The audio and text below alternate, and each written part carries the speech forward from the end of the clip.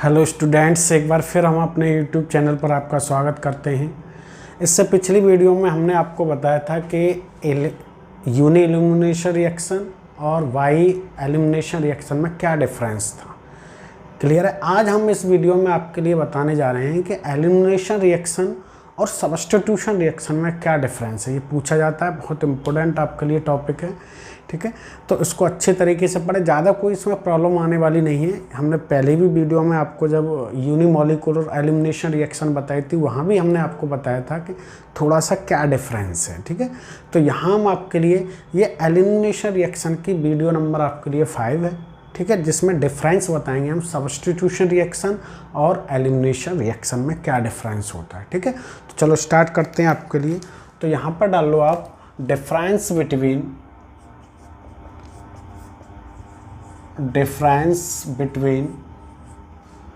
Elimination and substitution reaction.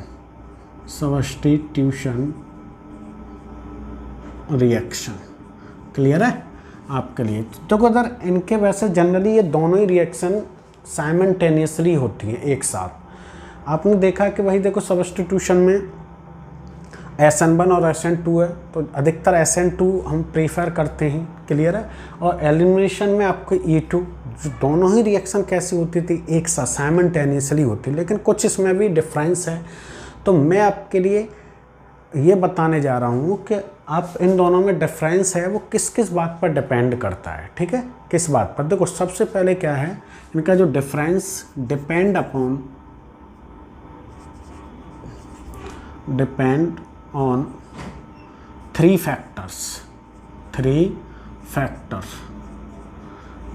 Factor हैं जो कि आपके लिए इस पर डिपेंड करते हैं। देखो, सबसे पहले स्ट्रक्चर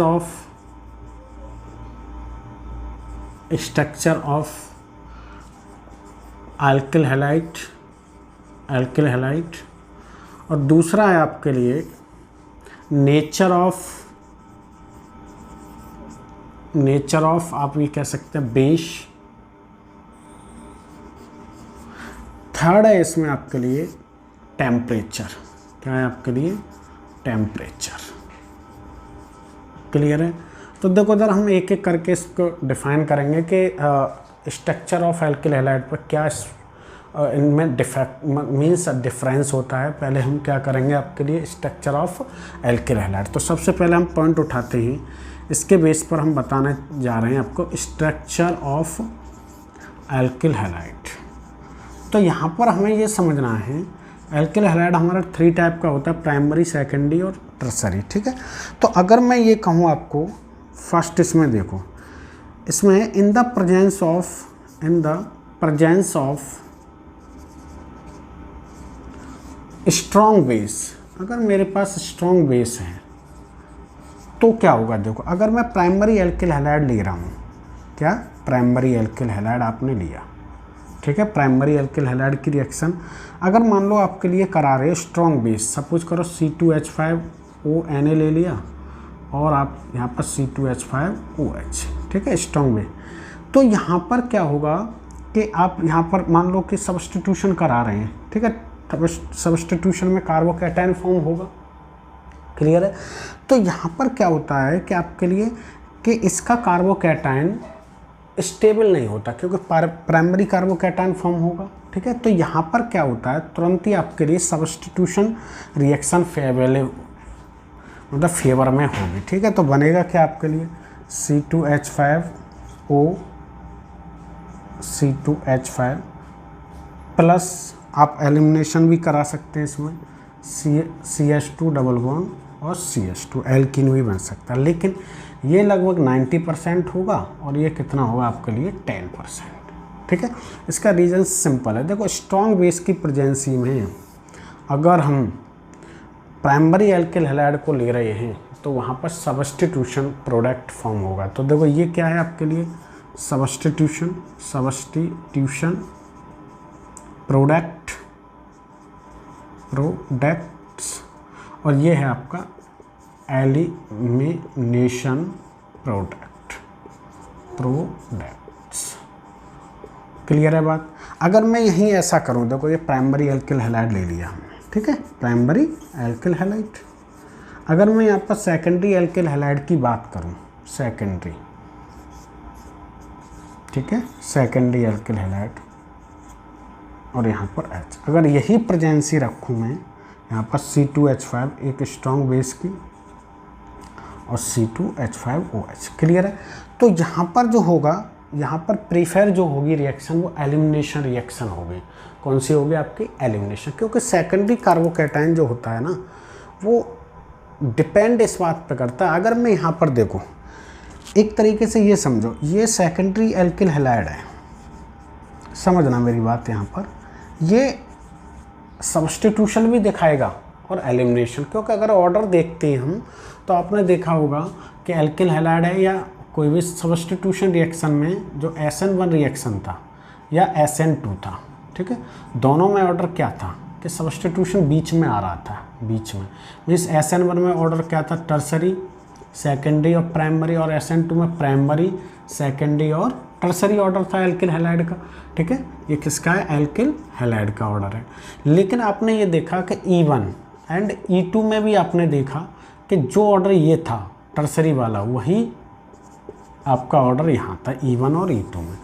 तो सेकेंडरी में हमें डिपेंड ये करता है कि यहाँ पर हम रीजेंट कैसा ले रहे हैं। अगर मान लो हम बल्कियर बेस ले रहे हैं, मीन्स एक स्ट्रॉन्ग बेस ले रहे हैं, तो वहाँ पर एलिमिनेशन रिएक्शन काम करेगी। अगर हम वीक बेस ले रहे हैं, एक तरीके से लेस बल्कियर बेस ले रहे हैं, तो वहाँ पर आपका सब्स्टिट्यूशन रिएक्शन काम करेगी। ये आपके लिए यहाँ पर ये बात समझनी है, क्लियर है। तो अगर मैं सपोज करो यहाँ पर एक कर दूँ काम के किस तरीके से, मान लो ये है इस, अभी देखो इधर मैं यहाँ पर पॉसिबिलिटी और लगा रहा हूँ, यहाँ पर देखो दो प्रोडक्ट बनाऊंगा, ध्यान आप समझना। सपोज करो मैंने यहाँ पर क्या किया, मैंने किया कि यहाँ पर ले लिया आपने C2H5ONA और C2H5OH, और यहाँ पर एक मैंने वीक बेस ले लिया। क्या ले लिया? Weak base. और यहाँ पर टेम्परेचर मैंने रखा हाई, और यहाँ पर टेम्परेचर हाई, टेम्परेचर मीन्स आप ये कह सकते हैं यहाँ पर 60 degree Celsius to 144 degree Celsius. यहाँ पर low temperature means 20 degree Celsius से भी टेम्परेचर कैसा होना चाहिए? कम, ठीक है। ये तो यहाँ पर जो दिखाएगा, यहाँ पर सब्स्टिट्यूशन प्रोडक्ट दिखाएगा और यहाँ पर दिखाएगा आपके लिए एलिमिनेशन, ठीक है। तो यहाँ पर मैं थोड़ा ये कर रहा हूँ कि यहाँ C2H5OH ले रहा हूँ, ये भी एक वीक बेस की तरह काम करता है, ठीक है। टेम्परेचर का भी बहुत इंपॉर्टेंस है, क्योंकि आपको पता है, यहाँ पहली वीडियो में हमने आपको बता दिया कि SN1 SN2 reaction low temperature पर प्रेफर की जाती है, और E1 E2 रिएक्शन क्या थी? High temperature. क्योंकि E1 और E2 जो रिएक्शन है ये कैसी थी आपकी? एंडोथर्मिक। क्या?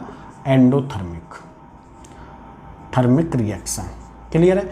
और जो SN1 और SN2 या आप सब्स्टिट्यूशन, ये क्या थी आपकी? Exothermic reaction, thermic reaction. जब ये एक्सोथर्मिक रिएक्शन है तो ये फेवर किधर करेंगे? लो टेम्परेचर पर, और ये किस पर करेंगे? आपके हाई टेम्परेचर पर।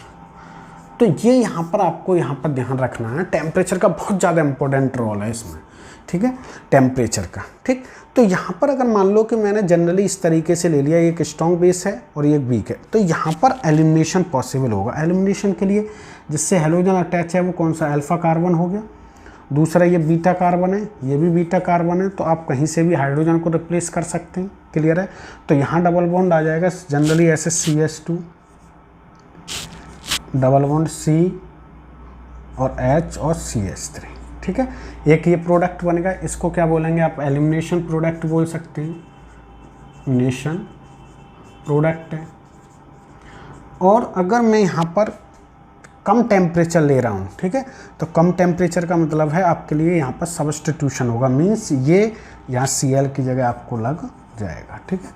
आप यहाँ पर एक ही प्रोडक्ट में बना रहा हूँ OC2H5, ये क्या है आपके लिए? सब्स्टिट्यूशन प्रोडक्ट है, क्लियर है। तो ये आपके लिए यहाँ पर ध्यान रखना पड़ेगा, प्रोडक्ट्स सब्स्टिट्यूशन के एलिमिनेशन कब होगा। और आपके लिए अगर मेरे पास कोई भी बल्कियर बेस है उसमें भी, जैसे ये आपने देखा सेकेंडरी, अगर मैं यहीं आपसे कहूँ कि टर्सरी एल्किल हैलाइड ले रहा हूँ, तो देखो उधर टर्सरी एल्किल हैलाइड में भी डिपेंड करता है कि हमारे पास न्यूक्लियोफाइल कैसा है। क्लियर है कि अगर न्यूक्लियोफाइल वीक है, ठीक है, तो हम वहाँ पर क्या कर सकते हैं, सब्स्टिट्यूशन लगा सकते हैं। अगर स्ट्रॉन्ग है न्यूक्लियोफाइल, ठीक है, तो वहाँ पर अब जनरली क्या लगेगा, आपका एलिमिनेशन रिएक्शन लगेगी। ठीक है, टर्सरी एल्किल हैलाइड में जनरली आपके लिए वैसे एलिमिनेशन रिएक्शन काम करती है, क्योंकि वहाँ पर एक स्टेबल एल्किन बना लेती है, मतलब टर्सरी कार्बोकैटायन जो होता है वो एक स्टेबल होता है। ठीक है, तो यहाँ पर देखो आप इसको नोट करें, ये दोनों एग्जाम्पल समझते रहना इस बात को, मैं अगला और बता रहा हूँ आपको टर्सरी की फॉर्म क्या है। ठीक है, तो देखो उधर आप इसको समझेंगे, ये 3 फैक्टर यहाँ पर, बेस की बात भी अभी हम करेंगे यहाँ पर। ठीक है, कि बेस क्या है, तो स्ट्रॉन्ग या बल्कियर बेस लेते हैं तो वहाँ पर एलिमिनेशन होता है, और वीक बेस ले रहे हैं तो वहाँ पर क्या होता है आपके लिए, सब्स्टिट्यूशन। क्लियर है, तो देखो टर्सरी एल्किल हैलाइड मान लो आपने ये लिया,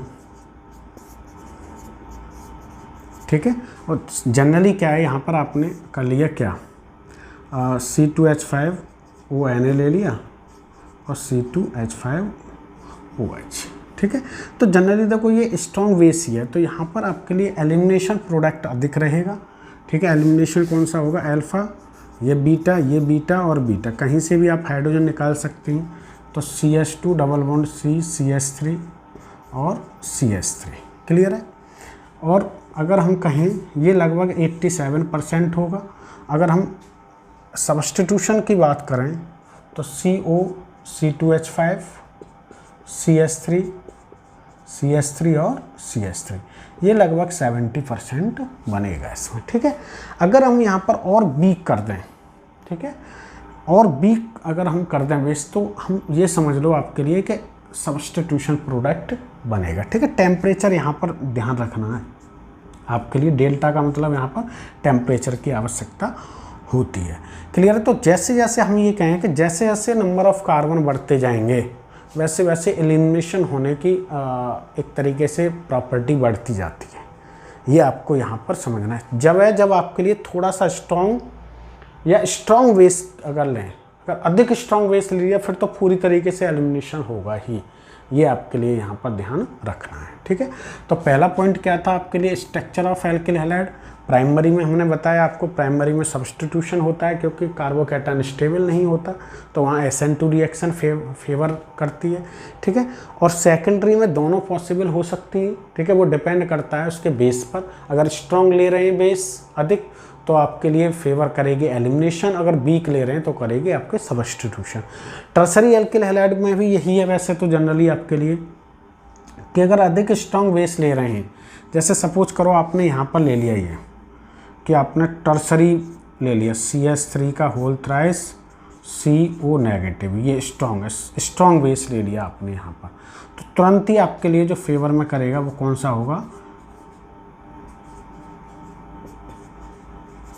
प्रोडक्ट कौन सा आपका एलिमिनेशन प्रोडक्ट बनाएगा। ठीक है, ये डिपेंड इस बात पर आपको यहाँ पर समझना होगा ये। ठीक है, अगर हम देखो उधर, ये तो हो गया आपके लिए नेचर और स्ट्रक्चर ऑफ एल्किल। अगर नेचर ऑफ बेस की बात करें तो हम करते जा रहे हैं अभी, देखो उधर यहीं दूसरा आप पॉइंट समझ सकते हैं, इसको साफ कर दें हम।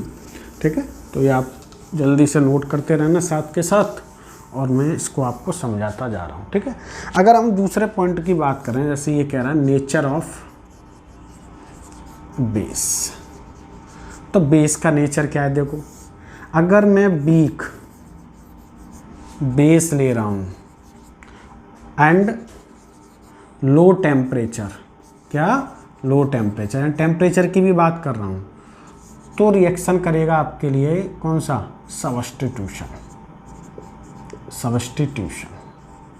फेवर कौन सा करेगा, सब्स्टिट्यूशन रिएक्शन पॉसिबल होगी। अगर यहाँ पर स्ट्रॉन्ग बेस ले रहा हूँ, स्ट्रॉन्ग बेस, ठीक है, एंड हाई टेम्परेचर, कैसा आपके लिए हाई टेम्परेचर, तो आपकी फेवर करेगी कौन सी, एलिमिनेशन रिएक्शन।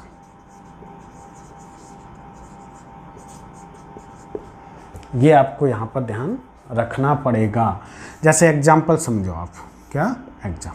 जैसे सपोज करो आपको CH3 CH2 CH2 Cl है। अब हमने क्या किया समझना है, यहाँ पर हमने एक वीक बेस ले लिया, जनरली आपके लिए C2H5 ONA या C2H5OH ले लिया। यहाँ पर ले लिया हमने टर्सरी, ये सबसे ज़्यादा आपके लिए मैं बताऊंगा इसका ऑर्डर, CH3 और CH3।